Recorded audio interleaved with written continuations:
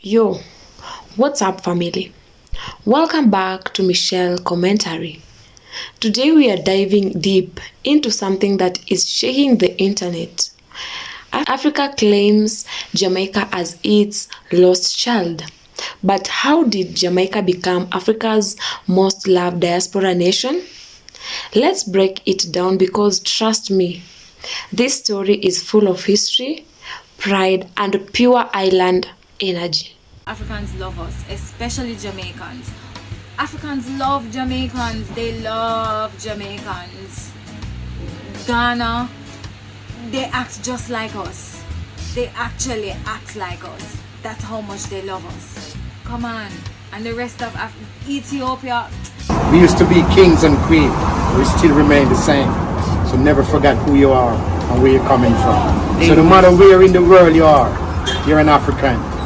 Because you're black, yes. Because of your black identity. They took me. They took my predecessor down here. 400 years ago.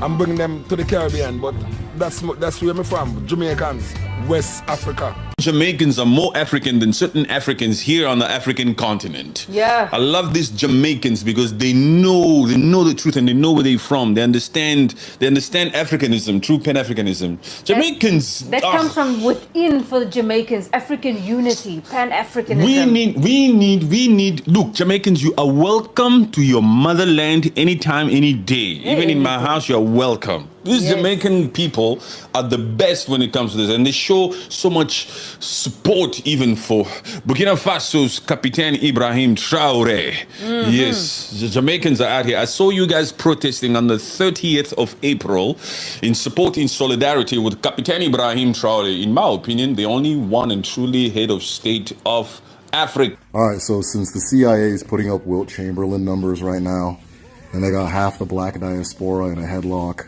we're going to fight fire with fire. I am going to go through the entire diaspora. I am going to mention what I love and appreciate about every single culture in the entire African diaspora. If there's any countries you guys want me to mention or talk about, or even like ethnic groups, I don't use the term tribe, ethnic groups, just go ahead and comment below, and I will respond with what I appreciate and what I love about that diaspora. Now, nobody should be surprised, but I am going to start with the Jamaican. To put how incredible Jamaicans are as a people, as a culture, as a legacy, everything like that, you have to look at the numbers, right? The state of Wyoming, and this is for the Americans, in the US, the state of Wyoming has 10 million people, right? For the Nigerians, I think there's about maybe 12-ish million people in like Kogi State, right? There's not even 3 million Jamaicans. There are not even 3 million people on the island of Jamaica. If you take all the Jamaicans worldwide and count it with the population in Jamaica, you might reach 3 million. But there are not 3 million Jamaicans on the island of Jamaica.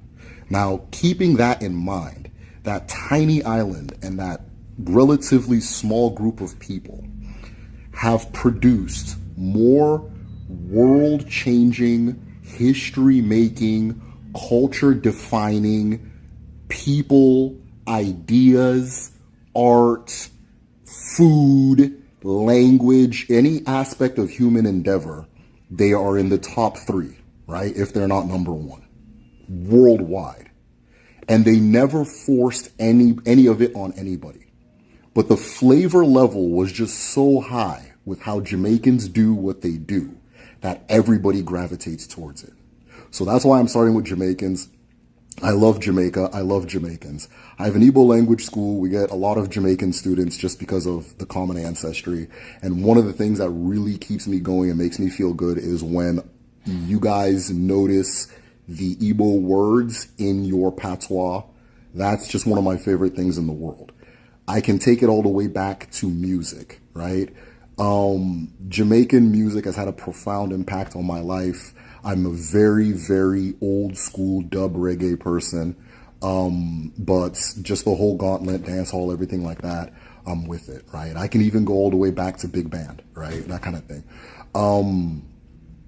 The most impactful song in my life, like ever, is Jimmy Cliff. And it's funny, I can't think of the name because my dad had it on a tape and it was unlabeled. So I just knew the song, but I didn't know the name. But I think the name is Come Our Way by Jimmy Cliff, right? This is the most important song in my life.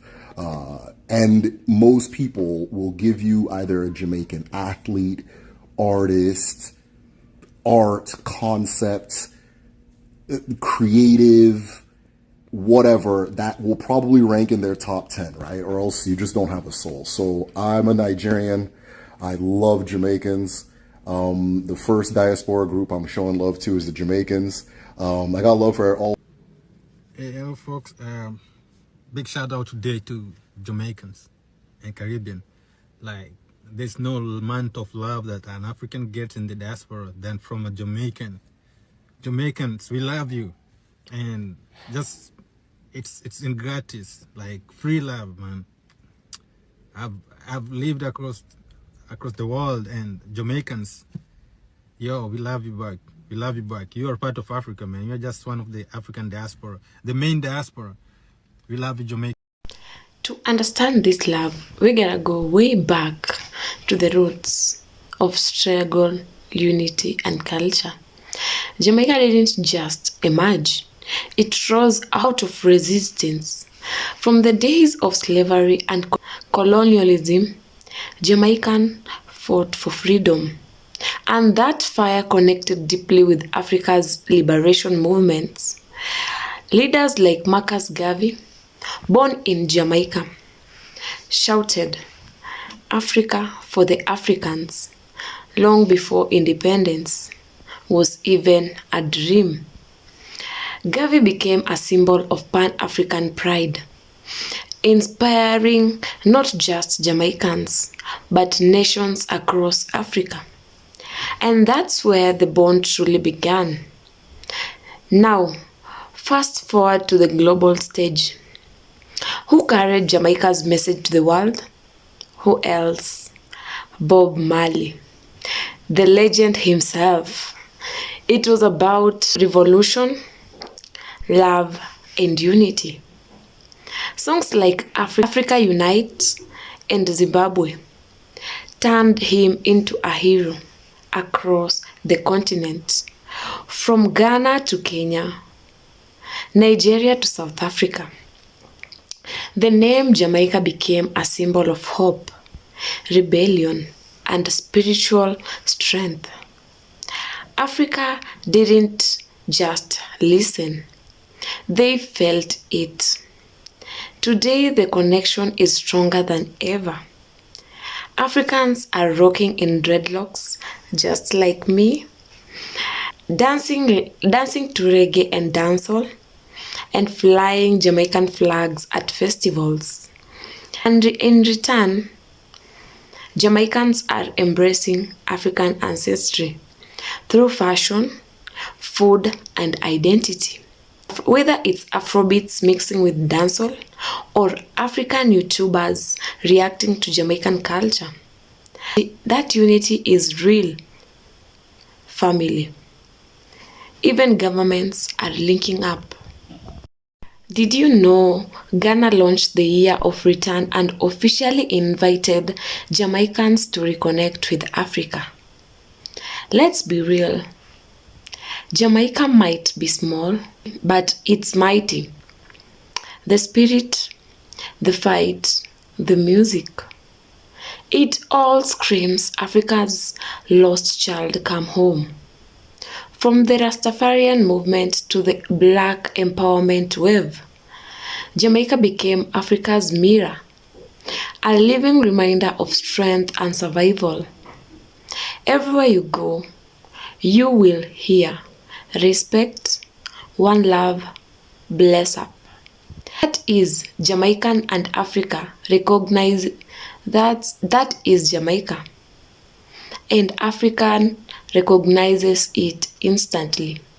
So yeah, when African says Jamaica is our most loved diaspora nation, that's not just a talk. It's history, music, and culture all wrapped up in one island. What do you think, family? Should Jamaica be called Africa's lost child or Africa's favorite child? Drop your thoughts in the comments below, and don't forget to hit that like button, subscribe, and share with a proud Jamaican or African today.